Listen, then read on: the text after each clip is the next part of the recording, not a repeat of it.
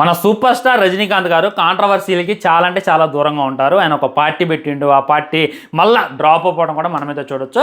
ఆయన సినిమా లేదో ఆయనది, ఆయన దానా లేదో ఆయన పని ఏదో ఆయనది. ఆయన అయితే కాంట్రవర్సీలు అసలు వేలే పెట్టడు భయ్య.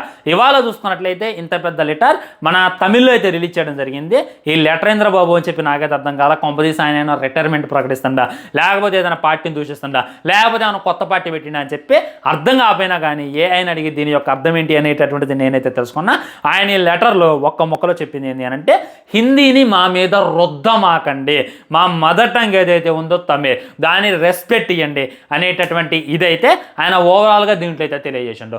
ఇంత సడన్గా ఏమైంది, ఎందుకు హిందీని మా మీద రుద్దమాకండి అని అంటుండు అని అంటే, మీ అందరికీ తెలుసు అనమాట, మన దేశంలో హిందీ మాట్లాడకపోతే ఉండొద్దు అనేటటువంటి నినాదాలు కూడా రాజకీయ నాయకులు చేశారనమాట.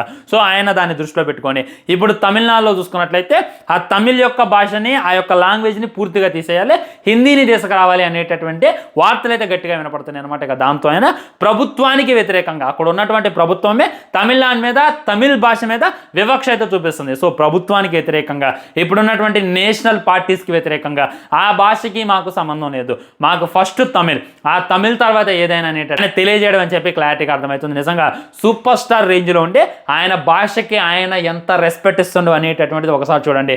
మన దగ్గర ఉన్నారు కొంతమంది హీరోలు, మన తెలుగుని కనీసం డేకరు వాళ్ళు వేసేటటువంటి ట్వీట్లు అయినా, వాళ్ళు రిలీజ్ చేసేటటువంటి సినిమాల టైటిల్ అయినా సరే తెలుగులో సావు. రజనీకాంత్ని చూసి చాలామంది సిగ్గుపడాలి, చాలామంది నేర్చుకోవాలి.